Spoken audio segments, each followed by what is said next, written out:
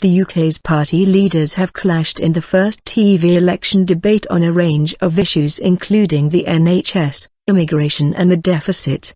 It is the only time David Cameron and Ed Miliband will appear together on TV ahead of 7 May's polling day.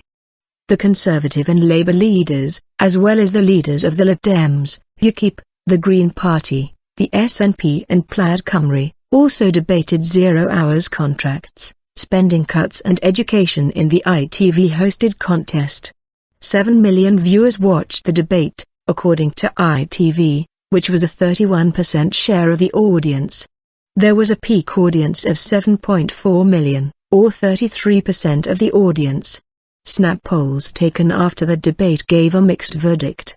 A YouGov poll of 1,100 people gave a clear victory to the SNP leader Nicola Sturgeon, with 28%, followed by UKIP leader Nigel Farage on 20%, Mr Cameron on 18%, Mr Miliband on 15%, Mr Clegg on 10%, Green Party leader Natalie Bennett on 5% and Plaid Cymru's Leanne on 4%. But a Cymru's poll for ITV made it a dead heat between Mr Cameron, Mr Miliband, Mr Farage and Ms Sturgeon, although Mr Cameron came out on top on the question of who was most capable of leading the country. Mr Miliband was judged best performer in an ICM poll for The Guardian, taking 25% of support, just ahead of David Cameron on 24%. There was no game changer.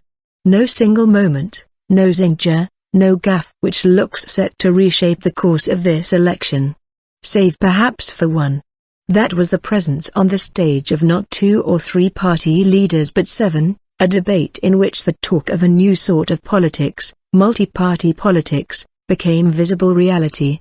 If that gives a boost for UKIP's Nigel Farage with his laser focus on immigration and his attack on the Westminster parties, as the early instant polls suggest, it will worry the Tories. If it also promotes Natalie Bennett's Greens, Nicola Sturgeon's SNP and Leanne Wood's Plaid Cymru after their assault on austerity, it will frighten Labour. The consequence could be an outcome more unpredictable and more uncertain than any election for years. Some of the sharpest exchanges in the 2-hour event came when Lib Dem Nick Clegg clashed with Mr Cameron. Mr Clegg accused Mr Cameron of wanting to cut the money going into schools. Mr Cameron denied this and accused the Lib Dem leader of taking a pick-and-mix approach to decisions they had made together in cabinet. Mr Miliband attacked Mr Clegg for betraying young people over tuition fees. A clearly riled Mr Clegg attacked the Labour leader's pious stance and challenged Mr Miliband to apologise to the British public for crashing the economy. Mr Miliband said Labour had admitted getting it wrong over bank regulation. Ms Sturgeon took a firm line against austerity and signalled areas, such as increasing the top rate of income tax, where she could work with Labour but said getting more SNP MPs elected to Westminster was needed to keep them honest.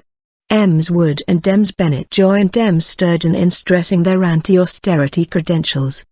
The BBC's assistant political editor Norman Smith told BBC Radio 4's Today programme both Mr Cameron and Mr Miliband's supporters were pretty pleased. They felt their men came through it relatively unscathed. They got over their core message. They both believed they managed to look prime ministerial.